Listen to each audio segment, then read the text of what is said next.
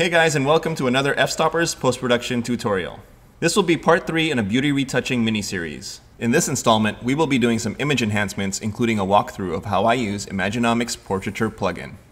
We will continue to utilize the techniques from the previous tutorials. So if you are new to F-Stoppers, be sure to watch the past episodes so you can get caught up. Let's start by cleaning up and enhancing Jade's eyes, beginning with the whitening of the sclera. Using a clone stamp set to lighten, we will diminish the red blood vessels, which are a natural occurrence in anyone's eyes. A low opacity and a soft brush is key. You want to make sure you maintain the natural shadowing of your lighting against the lash line. In addition, you can also use the patch tool to clean up the eye area, as well as a very small healing brush. Next, we will use the liquify dialog to give the hairstyle a better shaping. Using the forward warp tool at a very low pressure and strength, as well as a larger than needed brush size, will yield the best results. Now we can delve into using Imagenomic Portraiture. Before anything else, there are some basic settings we need to take care of. First, make sure that your output on the right hand side is set to New Layer and that Create Transparency Mask is checked. That way, when portraiture is applied, it will output to a new layer above the active layer. This makes it easy to apply a layer mask to further fine-tune the effect if needed. You also want to have the mask preview always on display. On the Enhancements panel on the left side, make sure the mask is on and that Use Mask is checked. Finally, on the Skin Tones mask panel, make sure that it is turned on. When adjusting the topmost panel labeled Detail Smoothing, I usually begin with all the sliders all the way to the left at -20. But lately I have been liking having the threshold slider at +40, while I adjust the other sliders to taste. The next slider I adjust is the Large Detail slider. This takes care of larger blemishes such as skin blotchiness, and I usually have it up pretty high. If the model has great skin, I seldom need to adjust the fine and medium sliders very much, if at all. Portraiture has a color-based masking algorithm, meaning it isolates areas of the image based on color and tone. The first step for me is to select the color from which Portraiture can calculate the mask. Within the Skin Tones mask panel, there are 2 eyedroppers. Select the one on the left to pick a single color range. The great thing about Portraiture is you can stack as many instances as you want.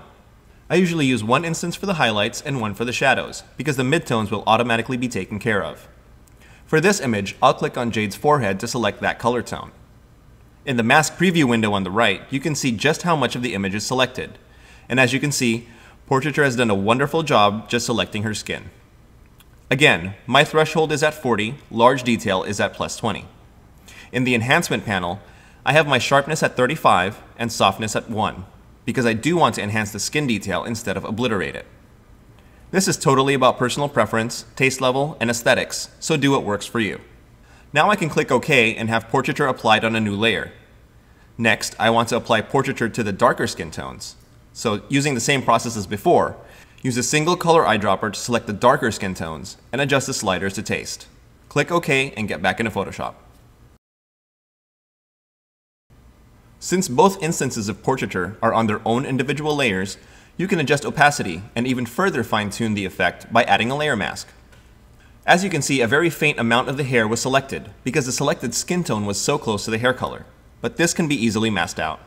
Once I get all the skin sorted out, I can do a tonal adjustment to give the image a bit of pop. I use a curves adjustment layer and apply a slight S-curve to bring out the highlights and deepen the shadows. To further enhance the eyes, I make a feathered selection with the lasso tool and use a curves adjustment layer to give it a richer look.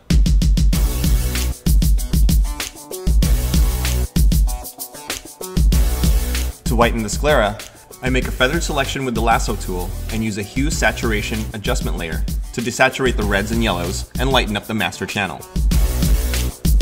Finally, you can always adjust the layer opacities for a more subtle effect.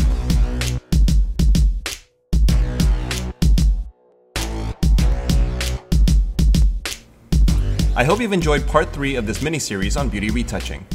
There's one more part to go, where I will be putting the finishing details on this image. Thanks for watching, and if you like these tutorials, be sure to subscribe to the F-Stoppers PPT YouTube channel by visiting youtube.com/user/F-Stoppers-PPT. As always, you can find me on Facebook, follow me on Twitter, and keep up with me on my blog. Visit my workshop site at prep2post.com for informative posts on photography, lighting, and retouching. See you next time and stay tuned for the next F-Stoppers post-production tutorial.